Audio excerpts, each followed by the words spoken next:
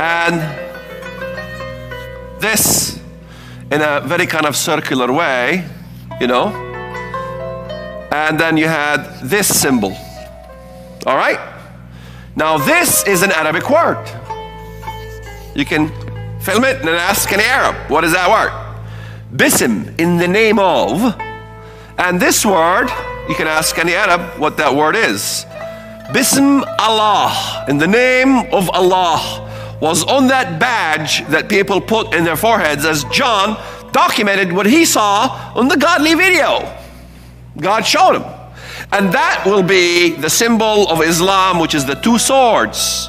That is a symbol in Saudi Arabia. It's a symbol of Islam from the eons of time. When he references the godly video, he's talking about the vision that John had when he wrote the book of Revelation. Again, here you can see the Codex Vaticanus, how that is the exact similar looking name to the name of Allah, as well as when we look at the Greek number for 666, it's practically identical. And if that wasn't enough to connect Allah to the Antichrist, we can do it even more so. 1 John 2, verse 22.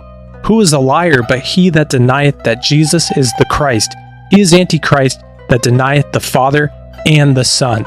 The Bible tells us anyone who denies Jesus as the Son of God is an Antichrist. What does the Quran have to say about that? There's over 13 verses in the Quran that say that God does not have a son. Here's just two of them. And say, praise to Allah who has not taken a son and has had no partner in his dominion and has no need of a protector out of weakness, and glorify him with great glorification. And to warn those who say, Allah has taken no son. This brings us back now in history to the beginning of Kaaba and Mecca, the most holiest site for Muslims, and we can actually see how there's a connection here to Baal worship, and not only that, but the worship of Baal is the worship of Satan. Jesus tells us this himself. We'll connect this all right now.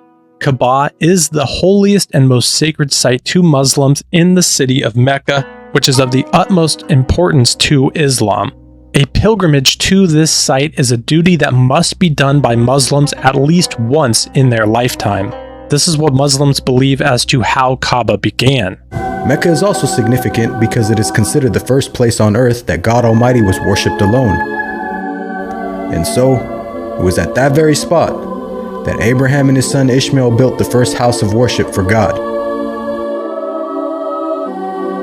When Abraham and Ishmael had finished building the sacred house, there was still one brick that had to be put in its place. And so,